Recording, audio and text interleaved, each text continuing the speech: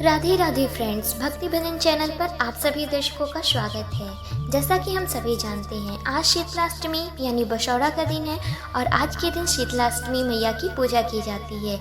इसलिए मैं आज आप सभी को भक्ति भजन चैनल के माध्यम से शीतलाष्टमी की व्रत कथा सुनाने वाली हूँ, तो प्लीज़ इस वीडियो को पूरा देखिएगा, बीच में बिल्कुल भी स्किप मत करिएगा।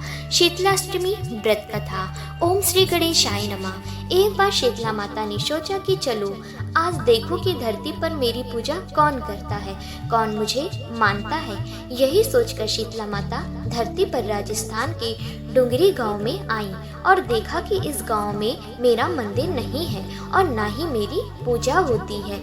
तब शीतला माता गांव की गलियों में घूम रही थी। तभी एक मकान के ऊपर से किसी ने चावल का उबला पानी यानी मार नीचे फेंक दिया। वह उबलता पानी शीतला माता के ऊपर गिरा, जिससे शीतला माता के शरीर में फफोले छाले पड़ गए। शीतला माता के पूरे शरीर में जलन होने लगी। शीतला माता गांव में इधर उधर भाग भाग के चिल्लाने लगी, अरे मैं जल गई, मेरा शरीर तप रहा है, जल रहा है, कोई मेरी सहायता करो। लेकिन उस गांव में किसी ने शीतला माता की सहायता नहीं की।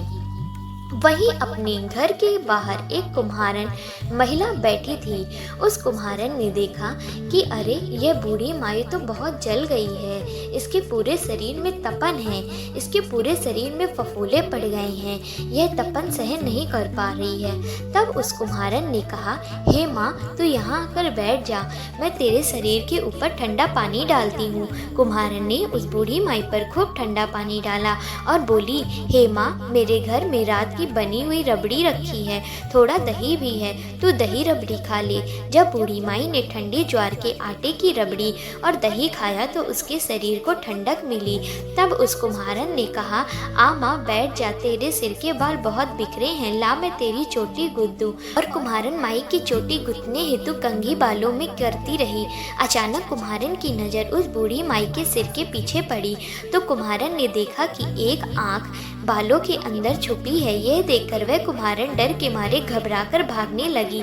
तभी उस बूढ़ी माई ने कहा, रुक जा बेटी, तू डर मत, मैं कोई भूत प्रेत नहीं हूँ, मैं शीतला देवी हूँ। मैं तो इस धरती पर देखने आई थी कि मुझे कौन मानता है, कौन मेरी पूजा करता है। इतना कहकर माता चार भुजा वाली हीरे जवाहरात की आभूषण पहनने, सिर पर स्वर्ण मुकुट धारण किए अपने असली रूप में प्रकट हो गई। चारों तरफ दरिद्रता बिखरी हुई है। मैं आपको कहाँ बैठाऊं? मेरे घर में ना तो चौकी है ना बैठने का आसन है।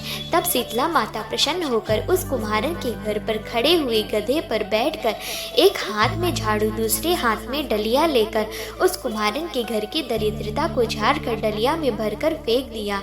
उस कुम्हारन ने कहा, हे बेटी, और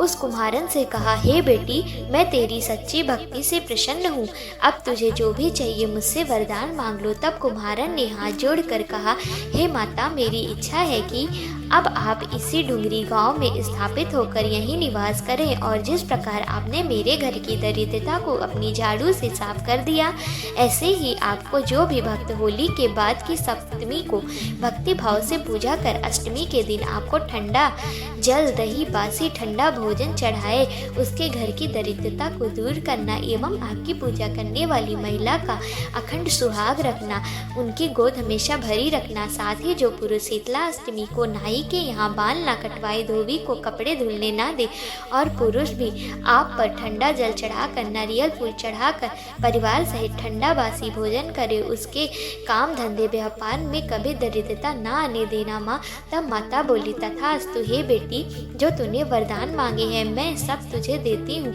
हे बेटी, तुझे आशीर्वाद देती हूँ कि मेरी पूजा का मुख्य अधिकार इस धरती पर सिर्फ कुम्हार जाति का ही होगा।